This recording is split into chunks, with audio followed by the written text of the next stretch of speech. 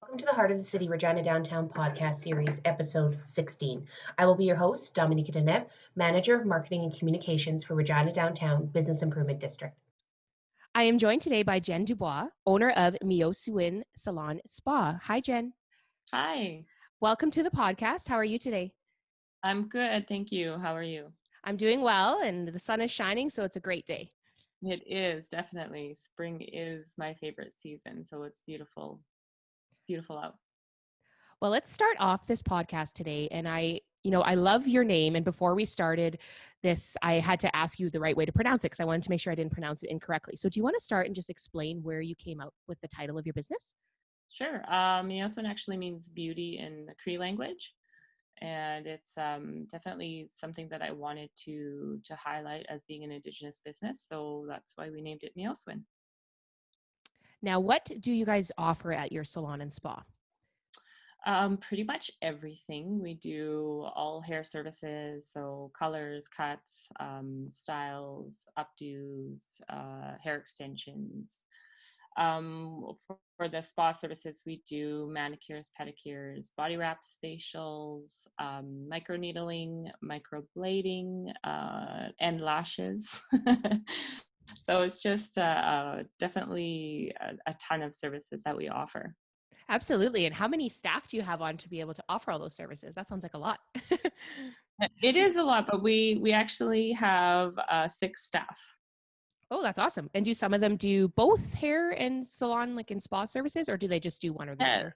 Well, I currently right now we just have one stylist who is also an esthetician. So she mostly does aesthetics, but she does hair time to time as well when we need it.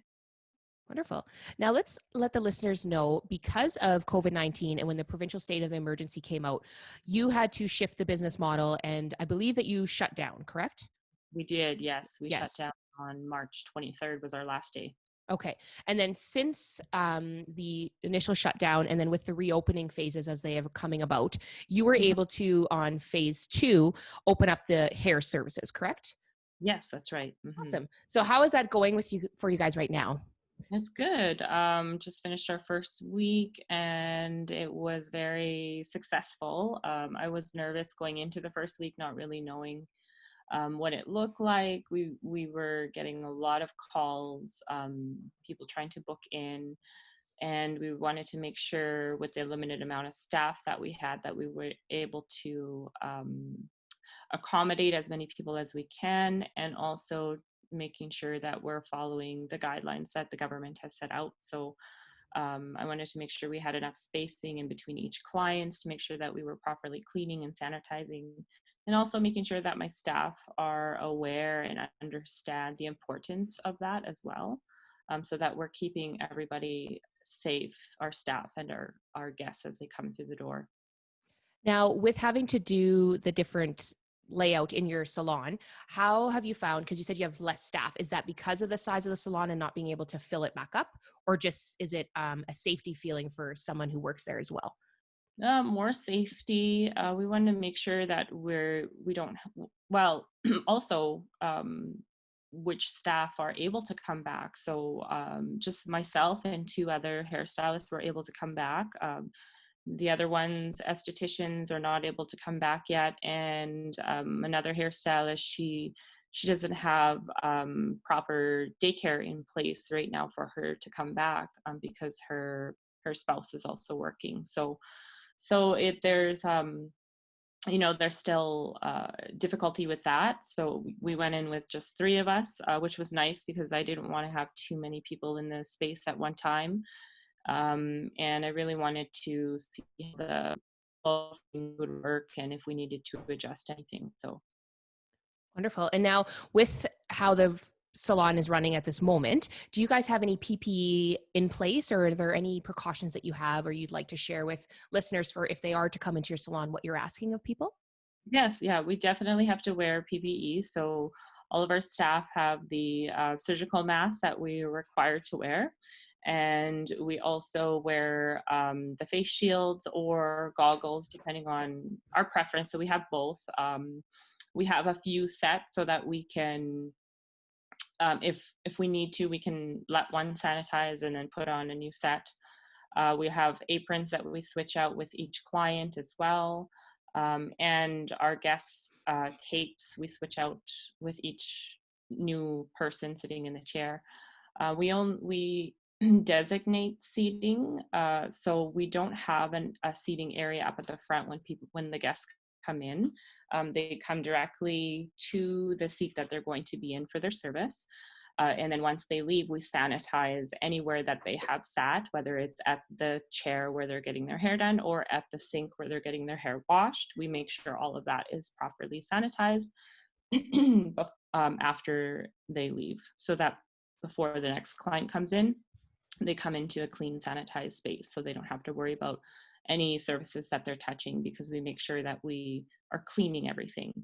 All of our stylists have our own back bar products that we're currently using, whereas before we used to share, but now we just also, just to protect our staff from cross-contamination, we make sure that we have our own products that we use on the clients. Same with the back bar shampoo sinks. We have our own shampoos that we use, and we each have a designated sink because there's 3 in there, and because there's 3 hairstylists working right now, it makes it a lot easier and the flow a lot quicker. So we definitely are doing above and beyond what is required in the government guidelines right now.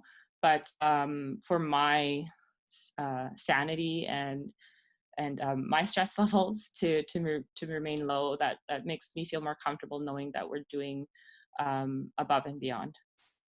Yes, and it sounds like you put a lot of thought into the new layout, and just, like you said, everyone has their own back bar supplies now. They each have their own space to do the hair services, and they have their own space to wash the hair. So it sounds like a really good system that you have in place at the moment. So that's great to hear. Yeah. And have you had any feedback from some of the clients who did come in last week during your first week? No, everyone seemed happy. There's some clients that seem, when they come in, they're hesitant and not really sure what, if they should be bringing their own masks or not. It's not required for clients to bring their own mask or wear a mask. So we just tell them, with your own comfort level, if you feel more comfortable to wear one, then you definitely can wear one. The spacing in our salon, we have enough space in there so clients don't feel like they're sitting side by side. There's definitely that space provided for each guest, so that everyone feels safe and comfortable coming into the space. I've had a couple people call ahead of time to ask what our policies, what procedures we're following right now. So we just make sure that we make it clear to them over the phone. They get email and text confirmations before their appointment, and in the email is a list of the guidelines and what to expect when they come into the salon as well. And we have posters, papers on the door as well, so they can call before they come in. And they can wait in their vehicle before they actually come in for their service, instead of standing outside waiting for their appointment time. So yeah, I feel like they feel pretty comfortable when they come in, because we try to do the best that we can to prepare them before they walk through the door, whether that's through email or over the phone, and the posters that we have up. So that's great. And I think communication is huge right now, like getting those messages across to both your current clients and then, just the public in general, to have that safety feeling to come back. So yeah, it's awesome. Definitely. The different mediums that you're ending up putting out that information for them to get it. And it's really a layered effect, right? Like you said, like you get the initial reminder of your appointment and the day of your appointment, then the posters on the door and stuff like that. So that's great to hear. And they're really good suggestions for others who are listening to take, I think, into effect for their businesses as well. So yes, I have to ask, just because I know people were itching to get their hair done, and I don't think you've ever seen me before, but I shave my own head. So I had no issues with weird hair growing out or anything. Have you had any crazy hair stories where people are just like, oh my gosh, this is so great to get this done finally? Oh yes. Yeah?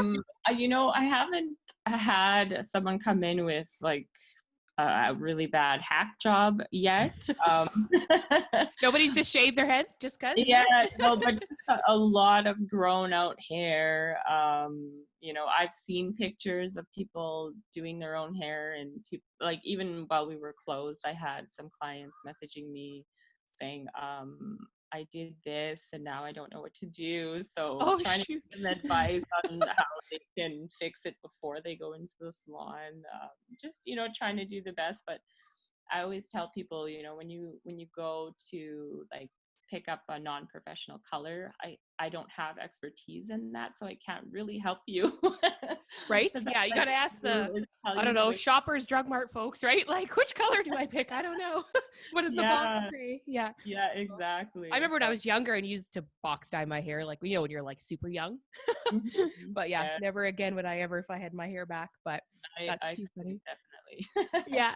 Oh, I have a funny story, just personal story too. The other day I was at my mom's, and you know, she has, some of our family have quite a bit of gray in their hair, and you don't really see the top of someone's head, but she was sitting, we were at like the barbecue, right? So she was sitting lower, and I was like, "Oh my gosh, mom, you're really gray." And she's like, "Hey," waiting for it to open back up. So it's too cute when you see all the folks on, you know, Instagram and social media, and their hair's up, and you can just see how it's not the normal, right? So Yes, yeah, yeah.